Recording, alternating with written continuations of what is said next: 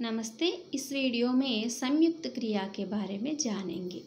जो क्रिया दो या दो से अधिक धातुओं के मेल से बनती है उसे संयुक्त క్రియ कहते हैं।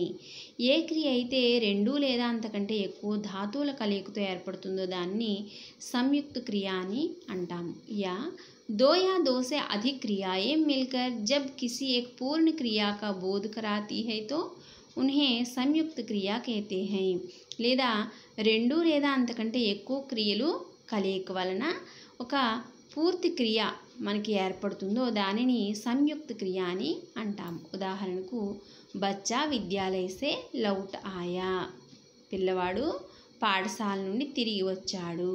ఇక్కడ రెండు క్రియలు లౌట్నా ఆనా, లౌట్ ఆయా అనేటువంటి రెండు క్రియల కలయిక వలన ఏర్పడింది సంయుక్త క్రియ। అలాగే కిషోర్ రోనే లగా, వహ్ ఘర్ పహుంచ్ గయా, ఇక్కడ కూడా రెండు క్రియల కలయిక వలన సంయుక్త క్రియ ఏర్పడింది। కిషోర్ రోనే లగా, కిషోర్ ఏడవడం మొదలుపెట్టాడు। వహ్ ఘర్ పహుంచ్ గయా, అతను ఇంటికి చేరుకున్నాడు। ఈ విధంగా రెండు క్రియల యొక్క కలయిక వలన ఏర్పడేదాన్ని సంయుక్త క్రియ అని అంటాము। संयुक्त क्रिया में पहली क्रिया मुख्य क्रिया होती है तथा दूसरी क्रिया रंजक क्रिया। సంయుక్త క్రియలో ఎల్లప్పుడూ కూడా మొదటిగా ఉన్నటువంటి క్రియ ముఖ్యమైనటువంటి క్రియ అవుతుంది, మరియు తర్వాత ఏదైతే దాని కంటిన్యూషన్ క్రియ ఉంటుందో అది रंजक क्रिया అవుతుంది। रंजक क्रिया मुख्य क्रिया के साथ जुड़कर अर्थ में विशेषता लाती है। रंजक क्रिయ ఎల్లప్పుడూ కూడా ముఖ్య క్రియతో పాటే కలిసి ఉండి దాని యొక్క అర్థంలో ప్రాముఖ్యతను తీసుకువస్తుంది। ఉదాహరణకు మాతాజీ బాజార్ సే ఆ గయి, తల్లి బాజారు నుండి వచ్చేసింది। ఇక్కడ ఆ అనేటువంటిది ముఖ్యమైనటువంటి క్రియ, గయి అనేది రంజక క్రియ। ఈ ముఖ్య క్రియ మరియు రంజక క్రియ కలిసి ఉంటాయి। మొట్టమొదటిగా ఉండేటువంటిది ముఖ్య క్రియ, దాని తర్వాత ఉండేటువంటిది రంజక క్రియ। ఈ రంజక క్రియ ముఖ్య క్రియ యొక్క అర్థంలో ఒక ప్రాముఖ్యతను తీసుకువస్తుంది। संयुक्त क्रियाएं एक और साधारण क्रियापद हो, रो, सो, खा आदि धातुओं से बनते हैं।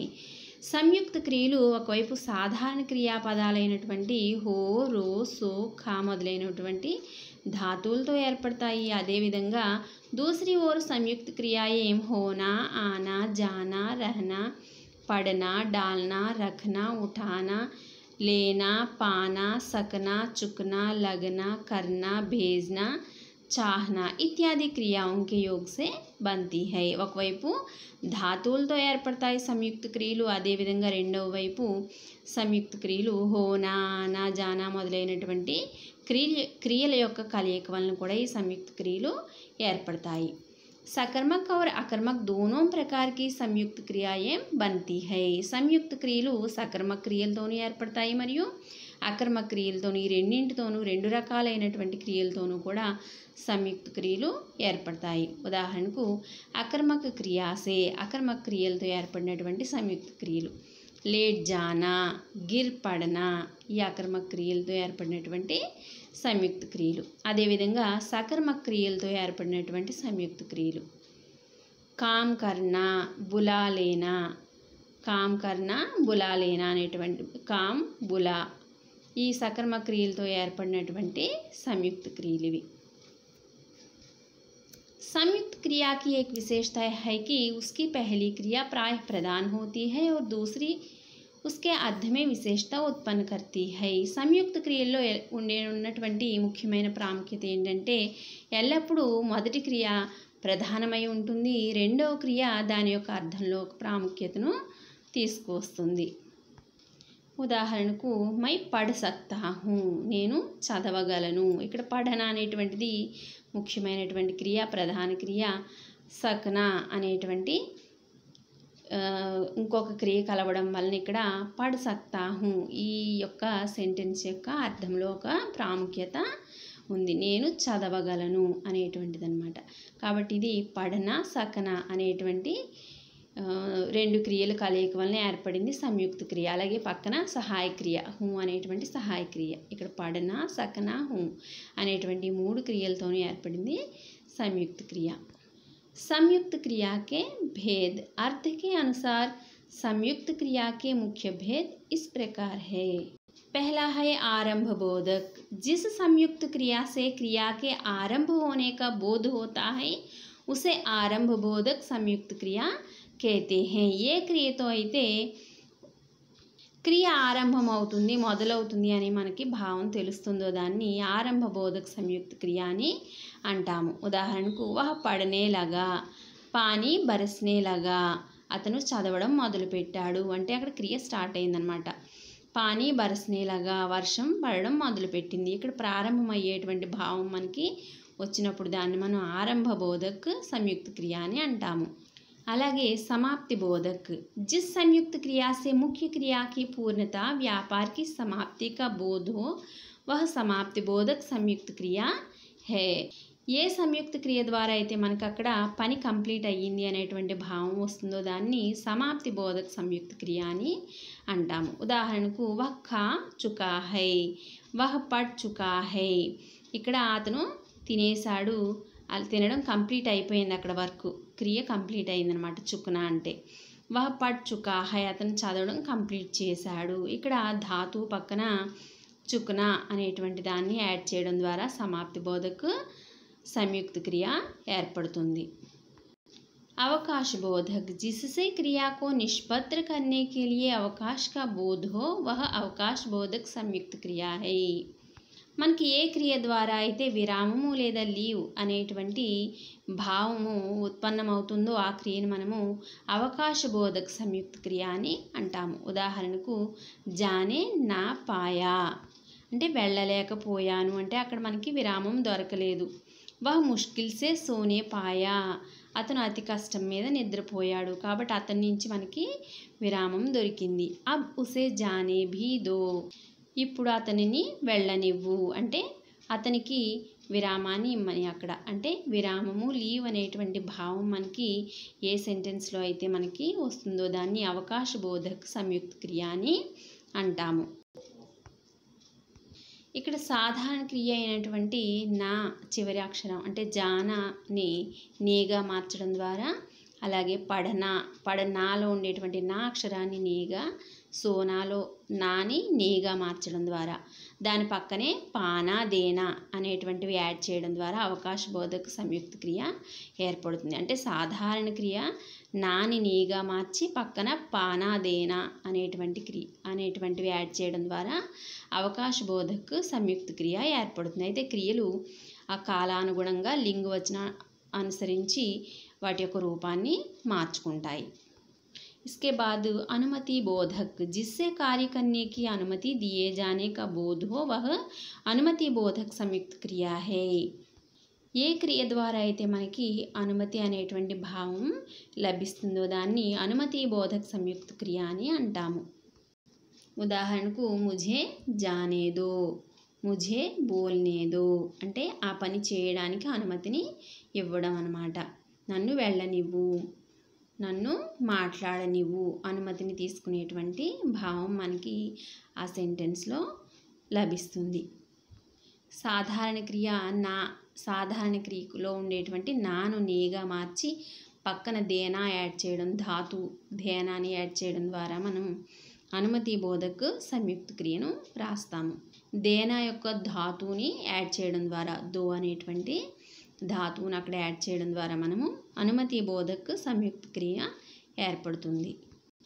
नेक्स्ट नित्यता बोधक। जिससे कार्य की नित्यता उसके बंद ना होने का भाव प्रकट हो वह नित्यता बोधक संयुक्त क्रिया है। ఏ క్రియ ద్వారా అయితే మనకి ఆ పని కంటిన్యూస్గా జరుగుతూ ఉంటుంది, అది కంప్లీట్ కాలేదు అనేటువంటి భావము ప్రకటించబడుతుందో దాన్ని నిత్యతా బోధక సంయుక్త క్రియ అని అంటాము। ఉదాహరణకు హవా చల్ రహీ హై, గాలి వేస్తూ ఉంది ఇంకా అది ఆగలేదు। అలాగే పేడ్ బడతా గయా, ఆ చెట్టు ఇంకా పెరుగుతూ ఉంది అంతేగాని ఆగలేదు, అది నిత్యము జరిగేటువంటిది।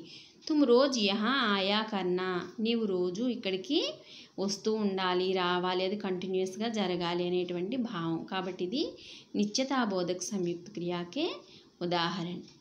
ఇక్కడ మనం భూతకాలిక క్రియ పక్కన కర్ణ యాడ్ చేయడం ద్వారా మరియు సాధారణ క్రియల పక్కన రహనా జానా అనేటువంటివి యాడ్ చేయడం ద్వారా నిత్యతా బోధక సంయుక్త క్రియను రాస్తాము।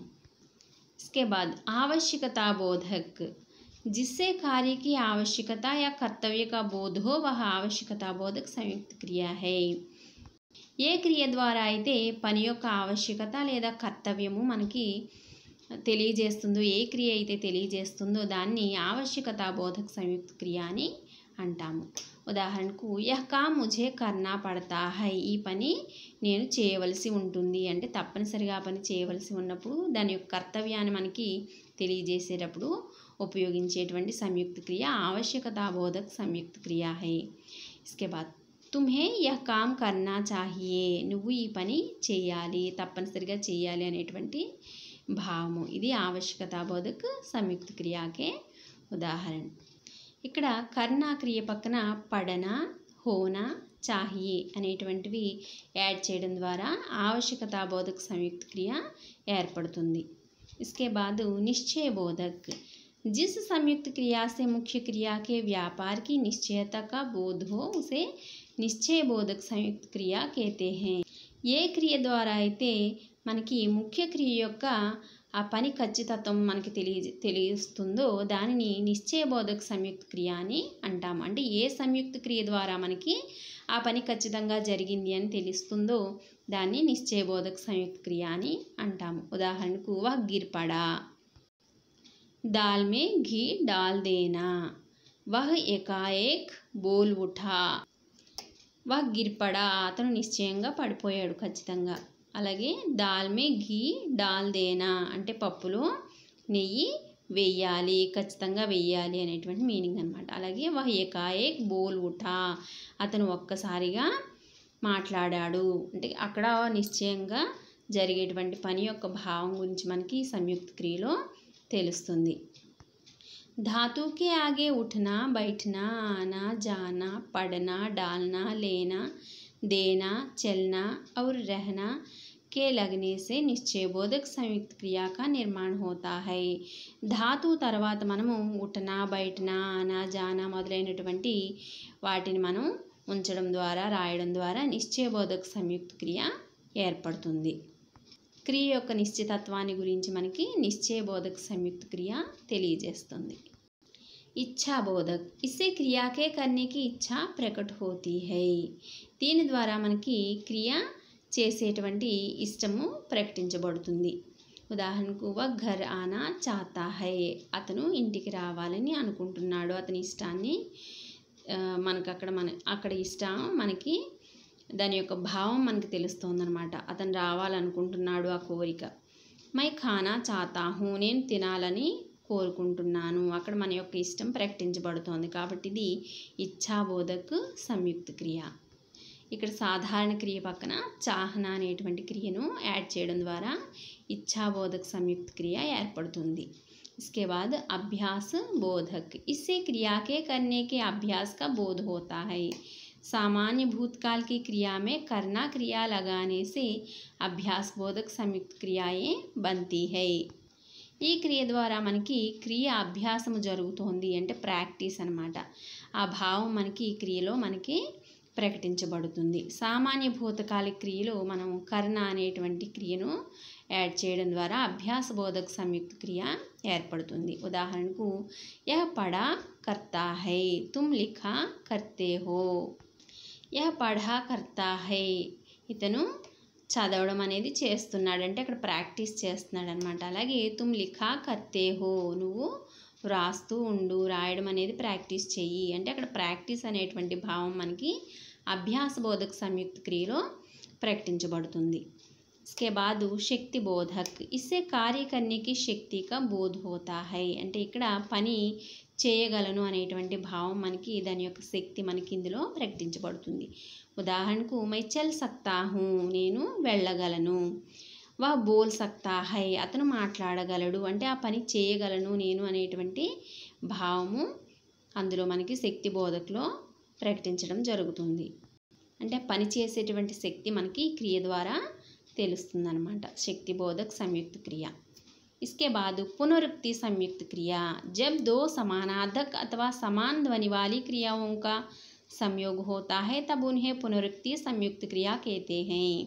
పునరుక్తి సంయుక్త క్రియ అంటే ఏంటి? ఎప్పుడైతే రెండు సమానమైనటువంటి లేదా సమానార్థం ఒకే అర్థం వచ్చేటువంటివి లేదా సమానమైనటువంటి ధ్వని కలిగిన క్రియలు యొక్క కలయిక వలన ఏర్పడేటువంటివి పునరుక్తి సంయుక్త క్రియ. ఉదాహరణకు వహ పढ़ा लिखा करता है, वह यहाँ प्रायः आया जाया करता है. ఇక్కడ పढ़ा लिखा आया जाया అనేటువంటివి సమాన ధ్వని వాలి క్రియాయే. అతను చదువుతూ రాస్తూ ఉంటాడు, అతను ఇక్కడకు ఇంచుమించుగా వస్తూ వెళ్తూ ఉంటాడు. అంటే ఒకేలాంటి ధ్వనులు కానీ సమానార్థం వచ్చేటువంటి పదాల కలయిక వలన కానీ ఏర్పడేటువంటి వాటిని పునరుక్తి సంయుక్త క్రియ అని అంటాము. इसके बाद तत्काल बोधक सकर्मक क्रियाओं के सामान्य भूतकालिक पुल्लिंग एकवचन रूप के अंतिम स्वर आ को ए करके आगे डालना या देना लगाने से तत्काल बोधक क्रियाएं बनती हैं. తత్కాల్ అంటే అప్పటికప్పుడు ఆ సమయంలో చేసేటువంటి పని, ఆ సమయంలో జరిపేటువంటి క్రియను గురించి ఆ భావాన్ని మనకి ఇక్కడ తత్కాల బోధక సంయుక్త క్రియలో మనకి దాని యొక్క భావం మనకి తెలుస్తుంది. ఈ సకర్మక క్రియల యొక్క సామాన్య భూతకాల పుల్లింగ ఏకవచనం చివర ఉండేటువంటి ఆని ఏగా మార్చడం ద్వారా, అంటే అవి సకర్మక క్రియలు అయి ఉండాలి, సామాన్య భూతకాలకు పుల్లింగు ఏకవచనం అయి ఉండాలి. ఆ పుల్లింగ ఏకవచనము ఆ వస్తుంది కదా చివర, అది ఏగా మారుతుంది. అంతేకాకుండా దాని తర్వాత దేనా లేదా డాల్నా అనేటువంటి క్రియలను మనం ఉంచడం ద్వారా తత్కాల బోధకు సంయుక్త క్రియలు ఏర్పడతాయి. అంటే తత్కాల బోధకు సంయుక్త క్రియలు సకర్మక క్రియలతో ఏర్పడతాయి. అవి సామాన్య భూతకాలిక పుల్లింగ ఏకవచనంలో ఉంటే ఆ అనేటువంటిది ఏగా మారుతుంది. చివర ఉండేటువంటి ఆ అనేటువంటిది ఏగా మారుతుంది. దాని తర్వాత డాల్నా లేదా దేనా మనము పక్కన రాయడం ద్వారా తత్కాల బోధకు సంయుక్త క్రియ ఏర్పడుతుంది. ఉదాహరణకు కహే డాల్నా అంటే కహ అనేటువంటి పుల్లింగ ఏకవచనము ఏగా మారిందనమాట. అలాగే కహే దేనా, दिए डालना. इसके बाद परतंत्रता बोधक क्रिया के सामान्य रूप के आगे पढ़ना लगाने से परतंत्रता बोधक क्रिया बनती है. క్రియ యొక్క సాధారణ రూపం తర్వాత పడన అనేటువంటిది మనం పెట్టడం ద్వారా పరతంత్రతా బోధక సంయుక్త క్రియ ఏర్పడుతుంది. ఉదాహరణకు ఉసే పాండేజీకి ఆత్మకథ లిఖని పడి, అతనికి పాండేజీ యొక్క ఆత్మకథ రాయవలసి వచ్చింది. ముझे యహా ఆనా పడా, నేను ఇక్కడికి రావలసి వచ్చింది అంటే అనుకోకుండా జరిగింది. ఇది పరతంత్రతా బోధక సంయుక్త క్రియకే ఉదాహరణ. ఈ వీడియో మీకు నచ్చినట్లయితే తప్పకుండా లైక్ చేయండి, అలాగే షేర్ చేసి సబ్స్క్రైబ్ చేసుకోండి. మీ సూచనలను కామెంట్స్ రూపంలో కామెంట్ సెక్షన్లో తెలియజేయండి. ధన్యవాదాలు.